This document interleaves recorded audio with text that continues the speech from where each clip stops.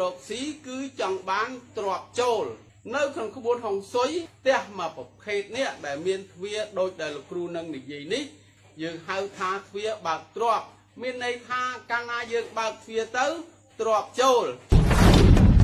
បាទទី1ទ្វារផ្ទះគឺទ្វារធំទ្វារមុខណា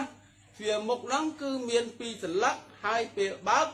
រុញចូលទៅបាទរុញចូលទៅនេះហើយហៅថាទ្វារបើកចូលព្រោះពេលបើកគឺយើងនាំខ្យល់នាំឈីបាទនាំហុងស៊ុយចូលផ្ទះទី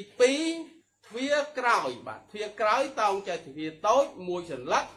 ពេលបើកគឺរុញទៅក្រោយបើករុញចេញគឺរុញបញ្ចេញកាកសំណល់ទី3ទ្វារបន្ទប់គេង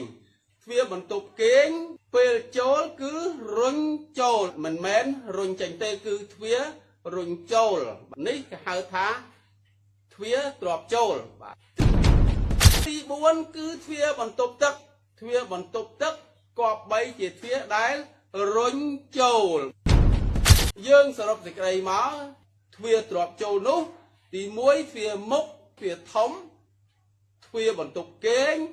និងទ្វារបន្ទប់ទឹកគឺបើករុញចូល